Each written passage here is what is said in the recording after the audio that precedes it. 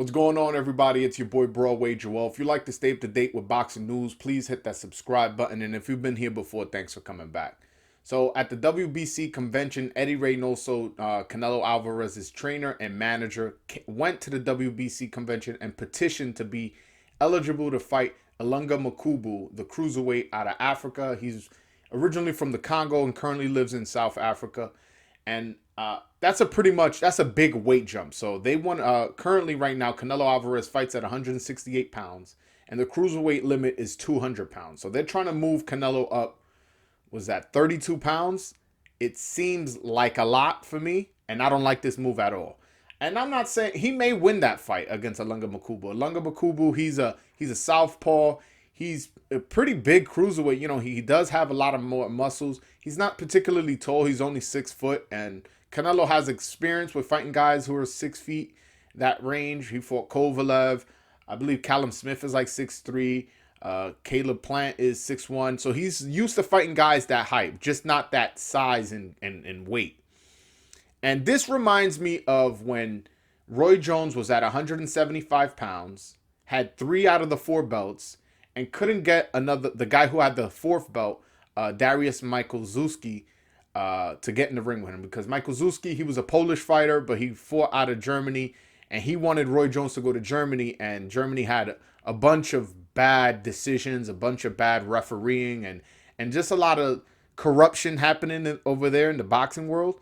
So Roy Jones was like, no, you come to America. He was unwilling, and that fight never happened. So Roy Jones got frustrated and was like, you know what, I'm going to move up to heavyweight. I'm going to move up to heavyweight, and I'm going to fight John Ruiz and get that title.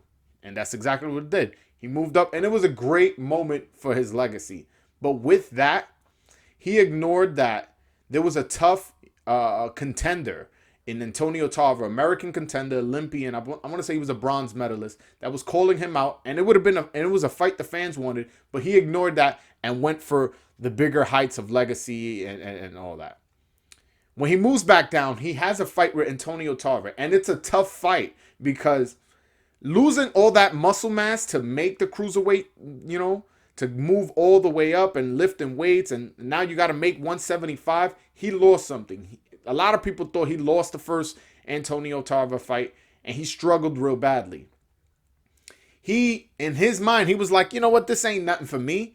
I'm going to just make the weight. I'm going to make the weight again, and I'm going to fight him again, and I'm going to rematch him. I'm going to beat him even better than I did the first time. That's not how it happened. He ended up getting knocked out. And then in his next fight, he fought Glenn Johnson, ended up getting knocked out again. And he was never the same after that move back down from heavyweight. He was never, ever the same because of the gain of muscle. And then once you lose that muscle mass and that muscle memory and you're moving up and down weights, that's not good for your body. And I see the same thing happening right now. Canelo Alvarez is ignoring potential contenders like David Benavidez and Charlo and Triple G, or just moving up one weight division and fighting a Bivol, fighting a Zulda Ramirez or a Bertabeev. These are all viable fights, and he's ignoring these fights just to move up in weight. What's going to happen when he moves back down? I hope he doesn't go this route. I don't like this at all. I don't like this for his body. And by the way, he struggled against Kovalev. A lot of people don't remember when he moved up from 160 pounds to 175 to fight Kovalev. Although he did get the stoppage, a lot of people had him losing up until that point. A lot of people thought he needed that knockout or needed to win the next 2 rounds, because I want to say he stopped him in the 11th round. So he needed to win those 2 rounds to get a razor-thin decision. So I don't like this. Do I think he can win against Makabu? Yeah, maybe. Canelo's that dude. Canelo's nasty. Canelo, he knows what he's doing in the ring. He knows how to dip and slide and shoulder roll and roll his head and counter punch. And I think he can avoid getting touched up by the slower, bigger Makabu. But again, moving up in weight, you're going to get hit with a few punches. So that may take something out of you.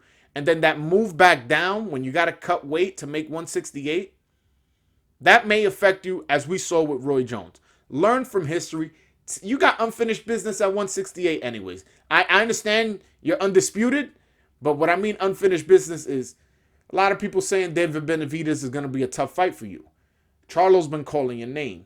Do you have unfinished business with Triple G? You have a draw and a win, And a lot of people thought you lost the draw the first fight. So some people look at it like, yeah, 1-1, although I thought you lost both fights. Finish business with that. Or do you want to move up to 175? Look, Better Beef got 2 belts. Bivol has a belt.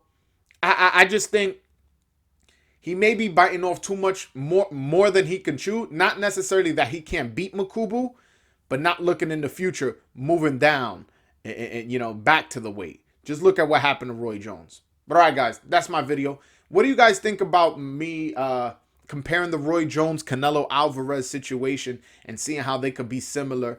Let me know what you guys think in the comments section. Hit the subscribe button if you haven't already, and follow me on Twitter @_BroadwayJoel.